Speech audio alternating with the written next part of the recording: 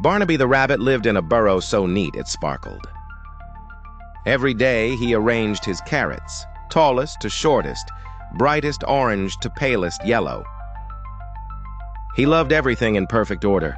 Nothing upset him more than sticky things or messes. On this bright morning, Barnaby was calmly sorting his carrot sticks when far across the meadow the candy gates of the legendary Candy Kingdom looked droopy and gooey. The gingerbread bricks sagged, and gumdrops had melted into sticky puddles.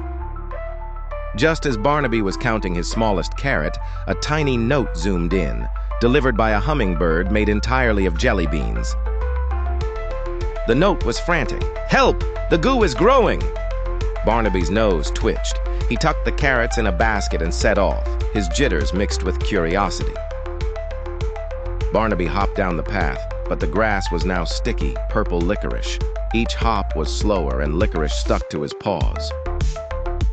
"Oh no!" he squeaked. "This is highly unorganized." The smell was sweet but sour, like eating candy after brushing your teeth.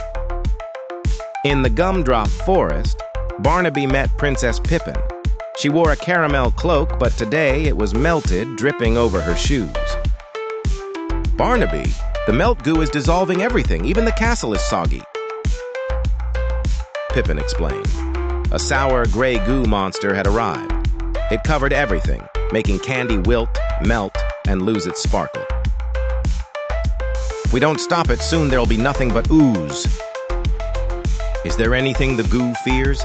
asked Barnaby, twitching his nose. "Crunchy things," Pippin whispered. "Whenever something crunches, it shrinks away."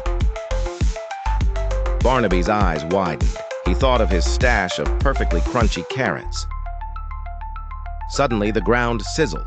The melt goo oozed nearby, sizzling a lollipop tree until branches slumped into puddles.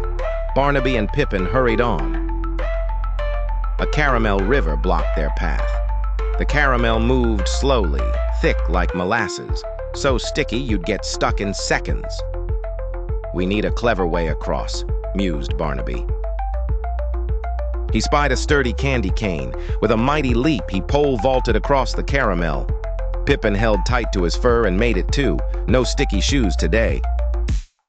Deep in the licorice cave, everything was dark. Glowing rock candy crystals lit the way. Suddenly, a band of gummy bears appeared. Their coats were hard as jawbreakers, eyes glimmering with goo madness. Barnaby hopped fast, and with a mighty thump from his legs, kicked up sweet dust, scattering the gummy bears. "Natural defense!" he cheered. Finally, they reached the gingerbread castle, but the front door was sealed shut by a lump of frozen goo, huge and stubborn. "Wait!" Pippin grinned. "There's a secret sugar cube in the wall. Press it and—" She poked the cube and the goo shattered. A hallway appeared, lined with pink frosting. In the throne room, the air was sour. The goo was everywhere, half dissolving the throne, walls, and floors. Hovering by the throne was a sour-faced lemon-drop witch, cackling beside a bubbling cauldron of goo.